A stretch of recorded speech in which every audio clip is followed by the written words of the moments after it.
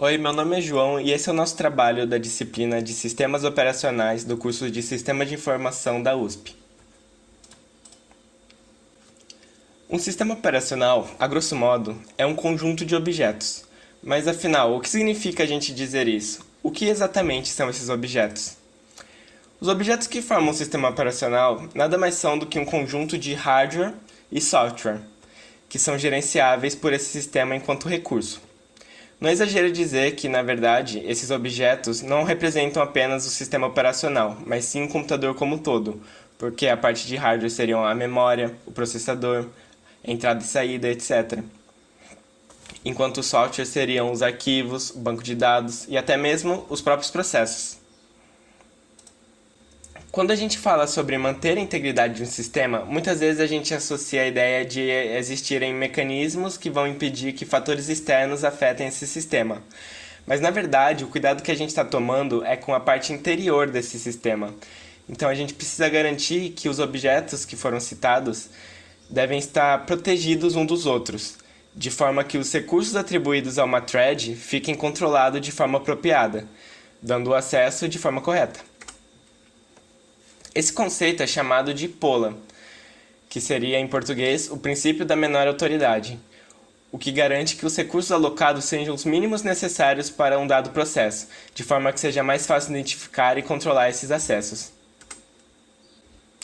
Assim, quando a gente fala de tratamento interno dos acessos aos objetos, a gente está falando, na realidade, de proteção, que, pela definição do próprio autor do livro, é um mecanismo para o controle de acesso de programas, processos ou usuários aos recursos definidos por um sistema de computador.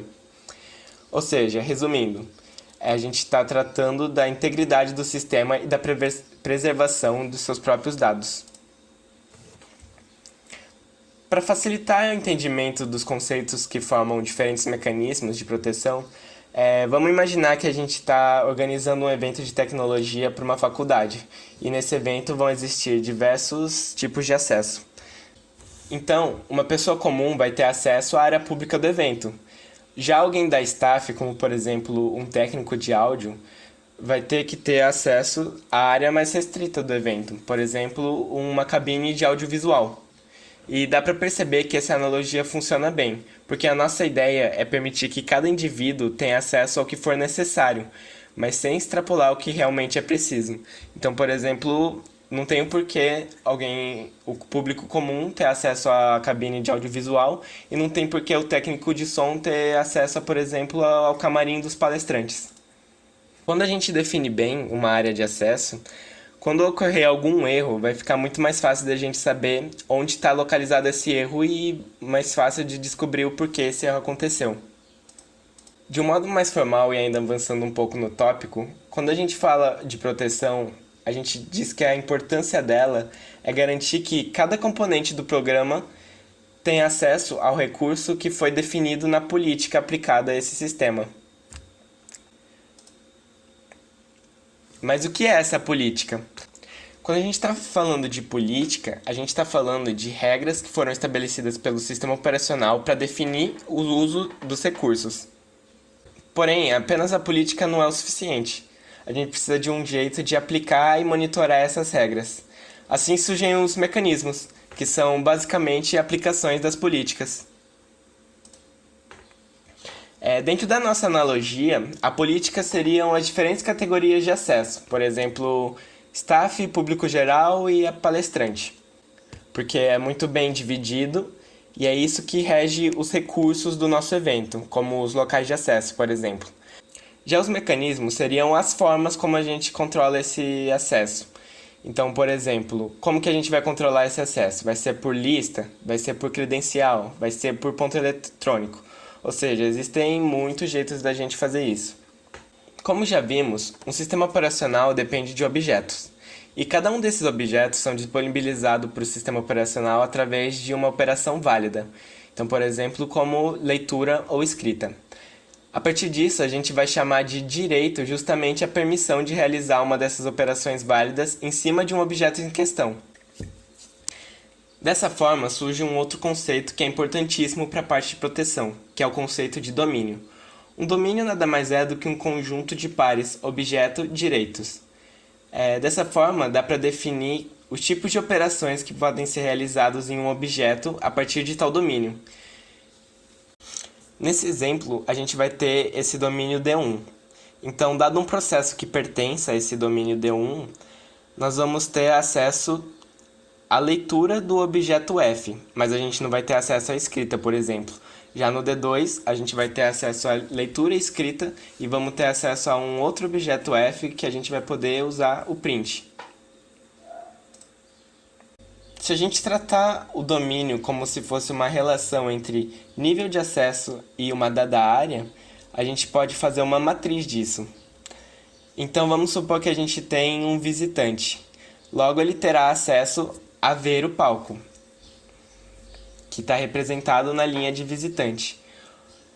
Percebe que para o restante não há nada escrito, quer dizer que ele não tem nenhum direito associado.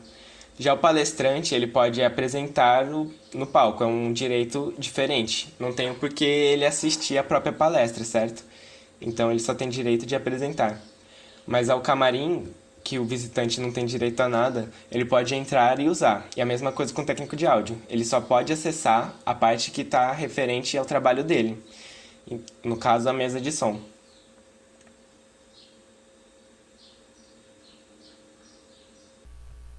Fala pessoal, tudo bem? Meu nome é Lucas. Eu vou continuar aqui a aula que o João estava dando para vocês sobre proteção dentro de um sistema operacional.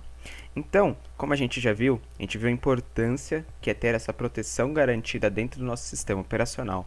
E aí a gente viu também sobre o que é um objeto, o que é um domínio. E aí a gente viu também uma analogia, né, para falar um pouquinho sobre como funciona essas operações dentro do sistema. E aí agora a gente viu um pouquinho mais sobre o que é uma matriz de acesso. E aí vocês viram no slide anterior, justamente em cima da nossa analogia dos eventos, né, que é dar acesso a áreas e aí mostrar uma relação entre eles. E agora a gente vai ver uma questão um pouco mais prática. Então aqui a gente consegue ver claramente o seguinte. Imagina que cada um dos objetos pertence a uma coluna, então O1, O2, O3, O4, enfim. E aí a gente tem em cada linha um direito, um domínio. Então, quer dizer, cada um desses domínios pertence a essa linha. Então, D1, D2, D3, enfim. Pensa que essa matriz ela pode se expandir, né? Então, para N objetos e para M domínios. E a gente também pode ter, né, notações arbitrárias aqui. Essas nomenclaturas podem variar de um para outro.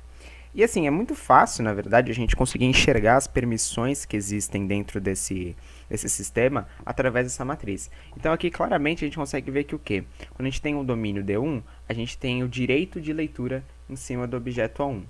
E aí a gente também tem o direito de escrita no objeto A3. Então assim, essa relação ela se perpetua e essa relação ela é muito importante porque fica muito claro a gente ver essa coordenada entre domínio e objeto e aí fica fácil de ler o que cada operação pode fazer.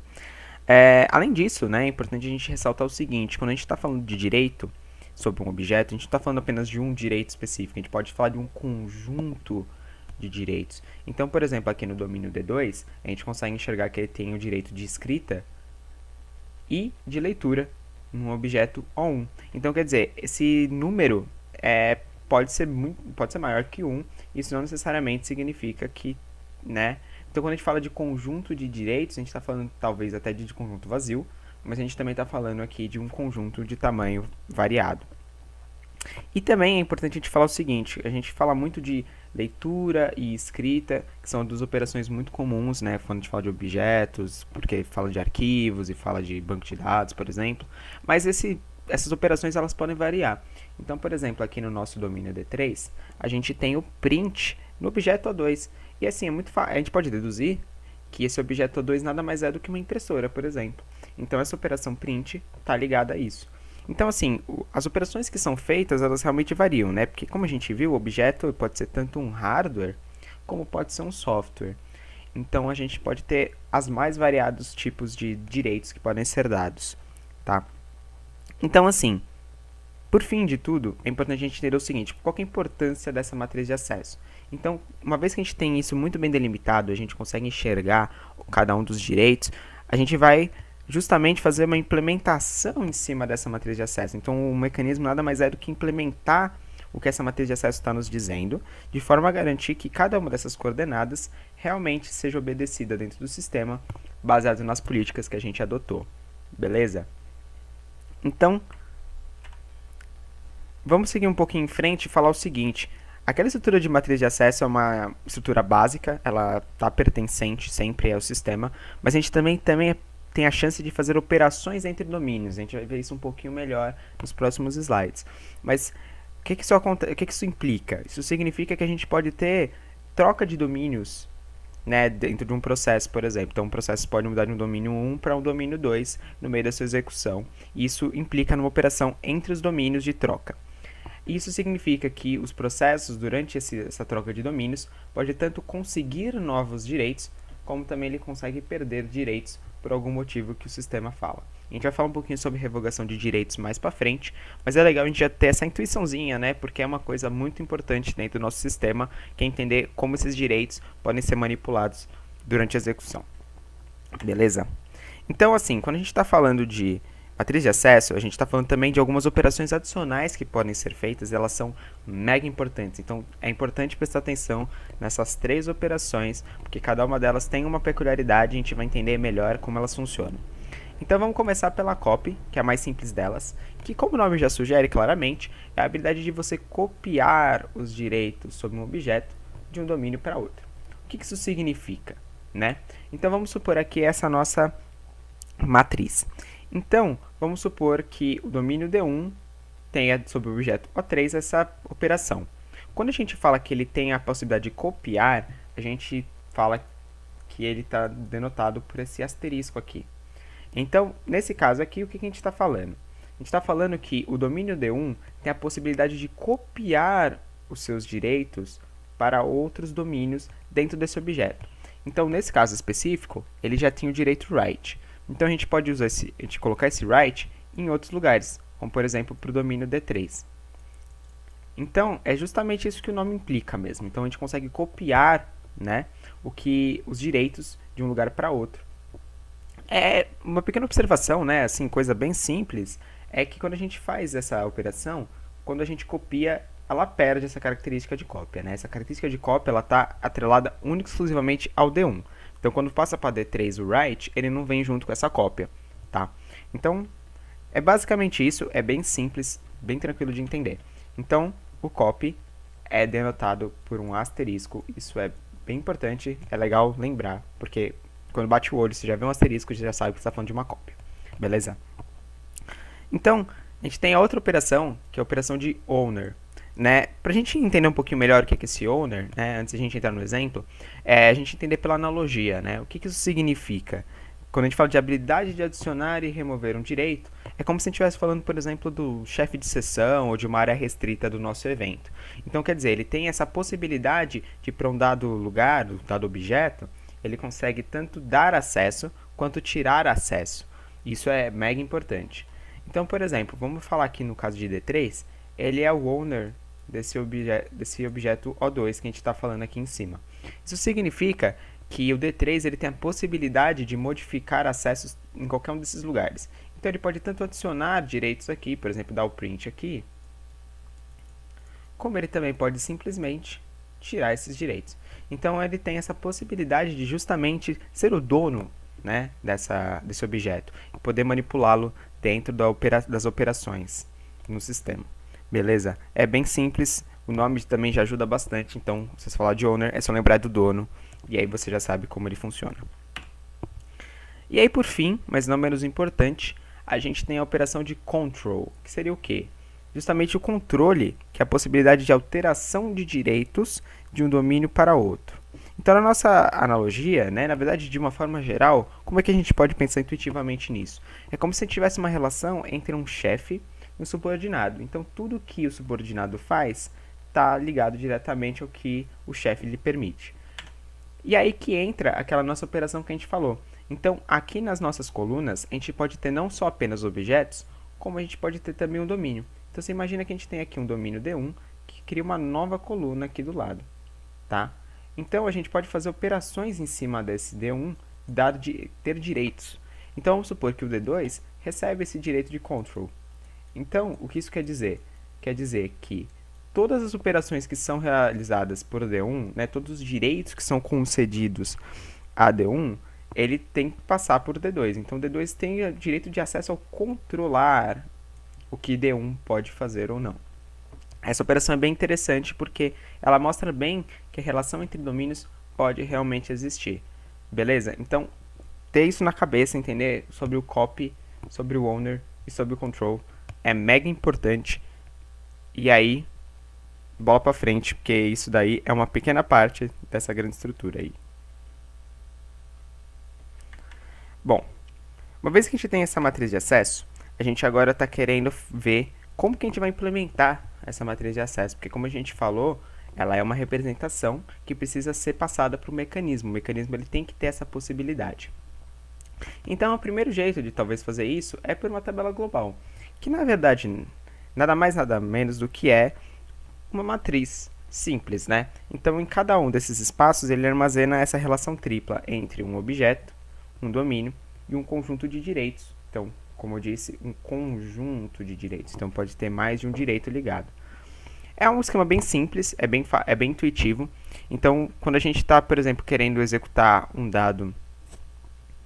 dada operação em cima de um objeto dentro de um dado domínio, então o que a gente faz? A gente busca por esse objeto, esse domínio, e aí a gente vê, né, vamos supor que a gente está querendo fazer uma operação aqui uma operação dada x aqui, ela tem que pertencer ao conjunto de direitos que tem. Então, ela tem que pertencer aos vários direitos que podem ser dados acerca desse objeto, né, dentro desse domínio. Certo? Então, assim, é o mais simples de entender, é bem tranquilo, porque ele realmente se comporta como uma matriz, mas ela tem problemas muito sérios. Então, é muito tranquilo da gente entender que essa tabela ela vai ter vários espaços em branco, certo? Por que isso acontece? É muito fácil a gente enxergar aqui que vários dos domínios não vão ter direito nenhum sobre os objetos. E esses espaços em branco, por mais que não pareça, eles ocupam um espaço primordial dentro da memória. Então, quando a gente fala dessa tabela global, a gente está falando que a gente vai precisar usar uma memória auxiliar que armazene toda essa tabela, e quando a gente quiser executar coisas em cima dessa tabela para verificar, a gente tem que usar operações de entrada e saída para conseguir manipular os dados que estão ali dentro. Então, assim, é algo extremamente custoso e pouco eficiente, e por isso, apesar de ser a mais intuitiva, não é a melhor forma de fazer isso. Então, beleza, agora a gente já sabe que a tabela não é a melhor forma. Qual que será que é a melhor forma? Então, a gente pode começar aqui falando sobre a lista de controle de acesso, né? Então, o que isso significa?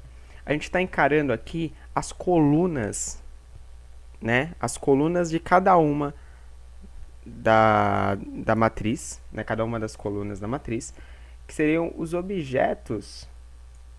E eles vão fazer o quê? Eles vão formar uma lista sequencial, que é uma lista ligada, né? Se você já teve a matéria de estrutura de dados, você já deve imaginar, porque uma lista ligada, como é que ela se comporta? Ela consegue armazenar todas as informações que são relevantes a um dado nó, né? Um dado ponto de interesse, em uma lista sequencial.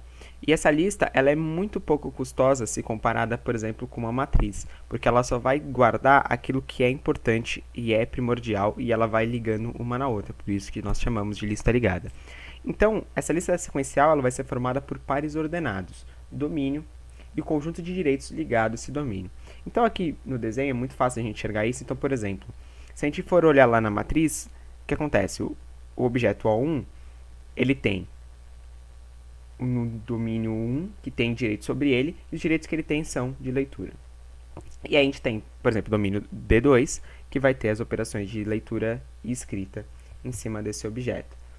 E aí a gente começa a perceber a importância dessas operações quando a gente chega aqui no A2, a gente vê que ele só vai ter uma entrada, que é de domínio 3 e print. Por quê? Porque para D1 e D2, que são os domínios anteriores, a gente viu que tinha uns espaços em branco. Então, não há motivos para a gente armazenar essa informação, porque ela não vai ter esse direito. Então, quando a gente for executar, por exemplo, uma operação em cima de um objeto, a gente entra na lista desse objeto e verifica se esse domínio está dentro e se dentro desse domínio existe o direito que a gente está querendo fazer a operação. Beleza? É bem tranquilo, é bem intuitivo, Então essas listas elas realmente ajudam bastante a gente a entender o funcionamento. Aí agora vamos para a lista de capacidade para domínios. É importante a gente, né, entender o que significa essa capacidade. Capacidade nada mais é do que um objeto, né, o direito de objeto que tem, então a gente pode falar que eles são sinônimos para facilitar aqui um pouquinho a nossa intuição. O que seria isso?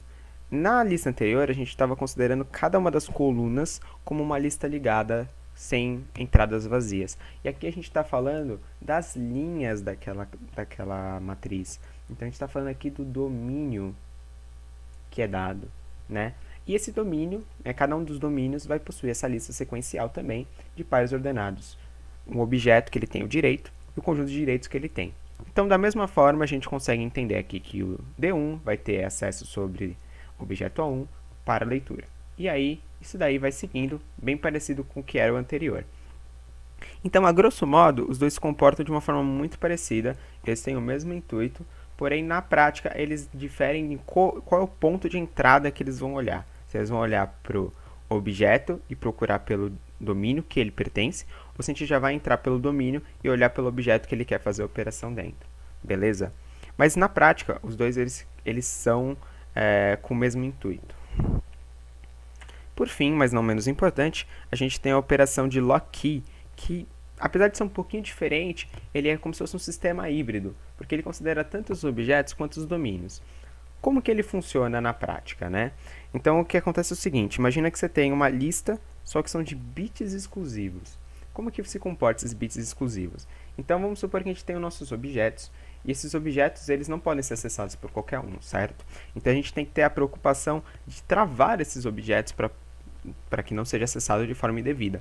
Então, eles vão ser bloqueados por locks, né? Ou seja, cadeados realmente, que são esses bits exclusivos que vão dizer assim, olha, esse daqui é o identificador desse cadeado aqui. E aí, como é que vai se comportar? Então, imagina que a gente tem um domínio que a gente quer acessar um dado objeto. Então, ele também vai ter um conjunto de bits exclusivos, só que esses bits vão se comportar como chaves. Então, na prática, o que significa? Que quando a gente quer que um domínio acesse um dado objeto, ele vai verificar se a chave em questão consegue abrir o cadeado, entre aspas, que pertence àquele objeto. E se caso tiver essa ligação, então o acesso é permitido. Então, é um sistema muito eficiente, é um sistema muito fácil do sistema implementar. E ele realmente tem essa preocupação de você ter um acesso controlado, né? E assim, tipo, ele realmente se comporta como uma lista, porque você tem uma lista de bits, né? Que podem, por exemplo, um dado domínio pode ter várias chaves, né, ligadas nessa lista, que podem abrir vários desses locks, que são os objetos em questão. Então, essa intuição é bem legal e ela também funciona super bem.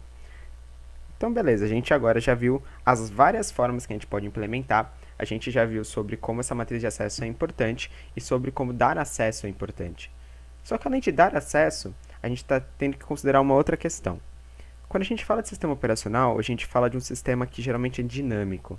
E essa operação dinâmica, ela também propõe a ideia de que você tenha que revogar direitos por quaisquer que sejam os motivos. Então, o sistema operacional tem que ser capaz de operar em cima desse problema e revogar direitos de acesso em tempo de execução. Então, quando a gente fala dessa revogação de acesso, parece uma coisa simples, mas está muito longe de ser. Porque a gente tem que encarar vários pequenos aspectos, várias pequenas questões que têm que ser debatidas para que seja implementado. Cada uma das decisões implica numa implementação e numa consequência diferente. Então, vamos considerar que a gente definiu que um dado objeto vai ter um dado domínio, né, perdão, um dado domínio vai ter os seus direitos revogados dentro de um objeto.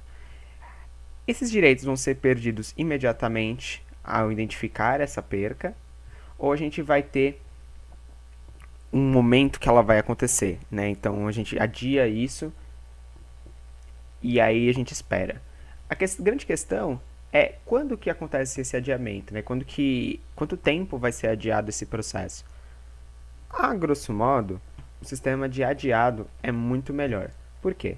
Porque quando a gente tem um sistema imediato, a gente tem o risco de quebra de sistema, né? Então você imagina que você está no meio de uma execução de uma sessão crítica e aí você tem essa quebra imediata de revogação de direito. Então esse processo vai se perder e isso pode acontecer e quebrar o sistema. Então, o adiado é um sistema mais seguro e ele permite com que você tenha, desde que seja bem definido, um ponto de que você possa tirar esse direito e aí você consegue manter a política que você está querendo adotar dinamicamente. Beleza. Agora vamos considerar um outro caso. Quando a gente fala que um dado domínio perdeu acesso a um objeto, a gente fala que todos os domínios vão perder acesso sobre aquele objeto ou só um objeto específico. Parece óbvio que tirar todos os direitos sobre aquele objeto, né, para D1, D2, D3, D4, enfim, é algo não muito desejável, né, porque pode acontecer de terem domínios que precisam daquilo e a gente está querendo só tirar de um ou outro. Então, obviamente, a seletiva é a melhor opção. Porém, tem um custo isso. Lembra que a gente estava falando sobre as implementações daquela matriz de acesso, falando sobre as listas, enfim? Quando a gente está olhando para isso, é importante a gente entender que, para a gente usar a revogação seletiva, a gente precisa estar utilizando do sistema de ACL, que é o sistema de controle da lista de controle de acesso. Por quê? Porque, como a gente viu, a lista de controle de acesso ele olha para os objetos. Então, nesse caso em específico, é muito fácil a gente tirar um direito de um dado domínio específico, porque basta você entrar nessa lista do objeto em questão, que a gente quer que seja revogado o direito, procurar pelo domínio, ir lá e tirar ele da lista, e aí você conecta os adjacentes. Né? Quem estudou estrutura de dados consegue até entender um pouquinho na parte do algoritmo, como isso funciona. Então, assim, é muito importante a gente entender que realmente a seletiva é a melhor opção, mas isso tem um custo e ela tem que estar atrelada a um sistema que permita que ele faça isso, que no caso seria a lista de controle de acesso pelos objetos. Ok? Beleza. Agora, vamos supor que a gente realmente vai tirar os direitos associados a um objeto.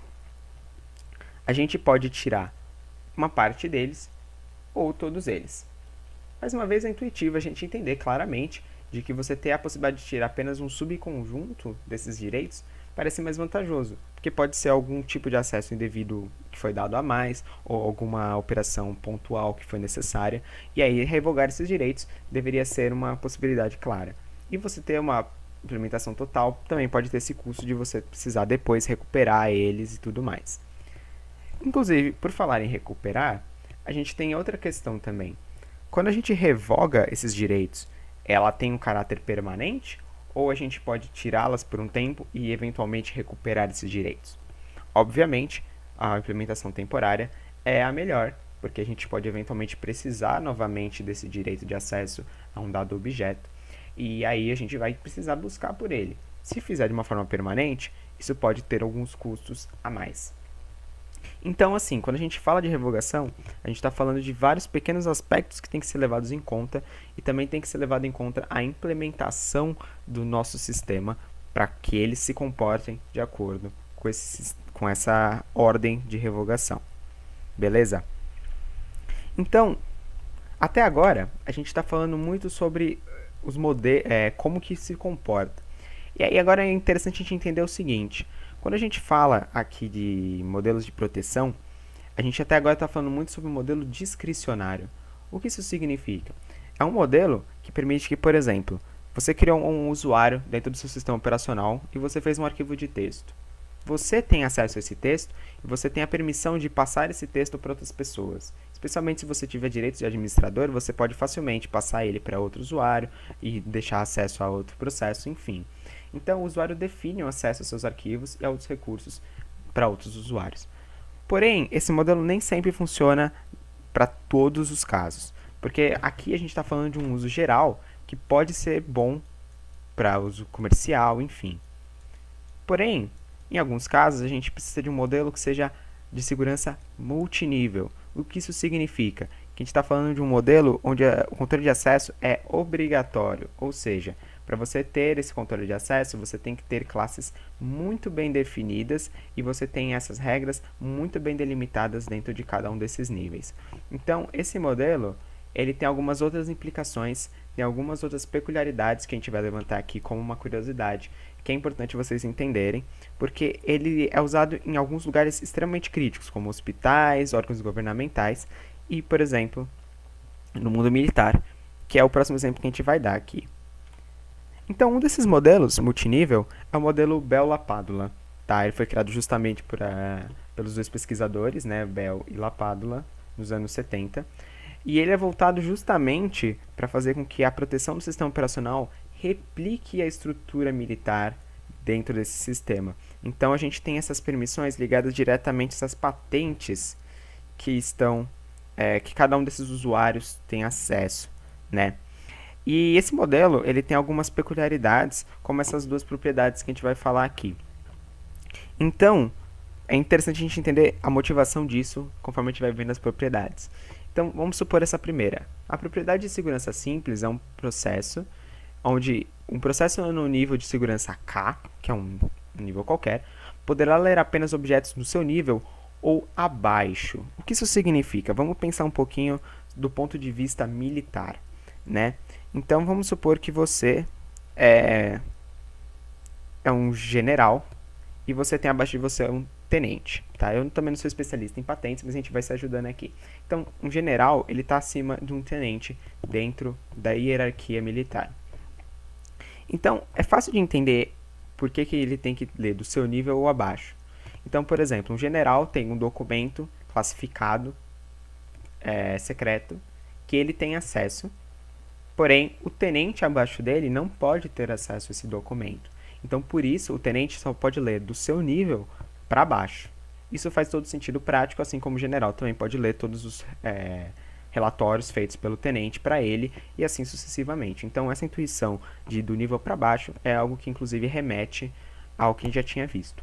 Porém, a gente tem uma outra propriedade, que é a propriedade asterisco, que não tem nada a ver com a de cópia que a gente tinha visto lá atrás, mas recebe o mesmo nome. O que essa propriedade diz? Um processo no nível de segurança K também, que seria o mesmo, poderá escrever apenas em objetos no seu nível ou acima.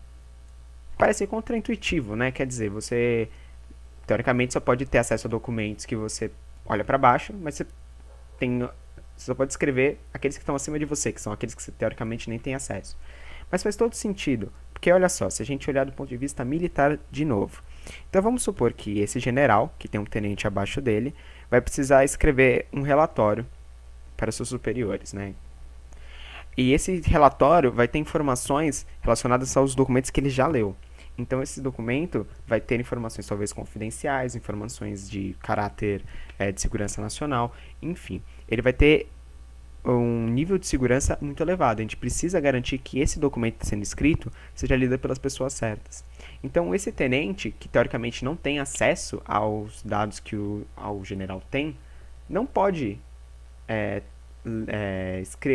não pode ler esse documento e, portanto, ele também não pode receber isso que o general está escrevendo. Então, faz todo sentido prático. E assim como o tenente, ele pode escrever coisas para o general, mas ele sabe informações que seus subordinados não sabem. Então essa intuição ela é bem simples e é fácil de entender. Então, para finalizar, vamos dar uma olhada aqui nesse desenho que representa o Bell-LaPadula. Então vamos considerar que cada um desses quadrados é um objeto. Então vamos pensar aqui numa forma mais intuitiva, que é um arquivo, algum documento, enfim, dentro do sistema de segurança do Exército. E vamos considerar que cada um dos círculos seria uma pessoa ligada ao Exército. Então, poderia ser um soldado, um cabo, enfim. E a gente considera aqui que tem níveis de segurança que são muito bem definidos. Não vamos entrar muito no mérito de patente, porque pode confundir. Então, vamos considerar aqui, no caso simples, de níveis de segurança de uma forma mais abstrata. Então, vamos entender o seguinte. Vamos supor que a gente tem aqui um documento 1. Esse documento 1, ele pode ser lido, né, que é representado aqui por essas setas sólidas, ele pode ser lido tanto pelas pessoas naquele mesmo nível de segurança, quanto as pessoas acima. Porque pode ser, por exemplo, um relatório feito pelo A, que pode ter informações relevantes para o B, certo? E aí, vamos supor aqui o 2, ele segue a mesma lógica. Ele pode ser lido tanto pelo nível 2 quanto pelo nível 3, mas nunca pelo nível 1. Por quê? Porque esse documento pode ter informações delicadas, da qual ele não pode ter informação. Então, esse objeto não pode ser acessado por exemplo, pelos soldados que estão aqui no nível 1. Beleza. Agora, vamos olhar pelo outro lado. Essas linhas pontilhadas aqui, elas são as de escrita. Então, aqui, a gente está olhando não para os objetos, mas sim para as pessoas que fazem parte. Então, perceba aqui, por exemplo, aqui, o membro A, que faz parte do nível de segurança 1, ele pode escrever tanto para o seu nível, quanto para os níveis acima. Por quê? Porque ele pode ter informações que realmente eles precisam, né? Como eu disse, essa pessoa ela pode pode enviar relatórios, enfim, ela pode mandar documentos da sua área para pessoas acima dele. Então, essa parte da escrita faz todo sentido. E perceba aqui, por exemplo, nesse nível 3, a intuição é a mesma. Então, para o caso do nosso membro C, ele consegue escrever tanto para o nível 3, para esses dois documentos, quanto para o nível acima, mas nunca para o nível abaixo, porque ele pode ter informações confidenciais que não podem ser passadas nesses documentos de nível menor. Então, assim, a intuição é bem simples. Você pode ler qualquer coisa que esteja abaixo de você, então ele pode ler qualquer coisa abaixo, e ele pode escrever qualquer coisa acima. E aqui a mesma coisa, ele pode ler qualquer coisa dele para baixo, como ele pode escrever apenas dele para cima. Tá certo? Então, assim, Bella Padula é um sistema multinível, é um sistema de segurança mais forte, mais parrudo, mais bem definidas as regras, e que tem uma importância gigantesca para o mundo militar, e mostra que a proteção não se limita apenas aos nossos casos normais de um sistema operacional de uso comercial, e sim pode refletir uma hierarquia que já existe no mundo real para esse sistema, de forma que ele fique robusto o suficiente para ser utilizado aí por órgãos governamentais em situações críticas. E é por isso que garantir essa proteção é de mega importância. Então, acabamos aqui o nosso capítulo. Eu agradeço a atenção de todos vocês. Aqui tem um quiz muito legal que a gente fez para vocês, que tem alguns conceitos, algumas perguntinhas para vocês, então tem algumas imagens que vocês têm que saber interpretar, é totalmente baseado na nossa aulinha, então se vocês quiserem, aqui está o link, basta acessar por ali, a resposta aparece no final, a gente tem um feedbackzinho para falar onde você pode ter errado, qual a intuição que você tinha que ter tido naquela questão, enfim, espero que vocês tenham gostado e até a próxima, gente, tchau, tchau.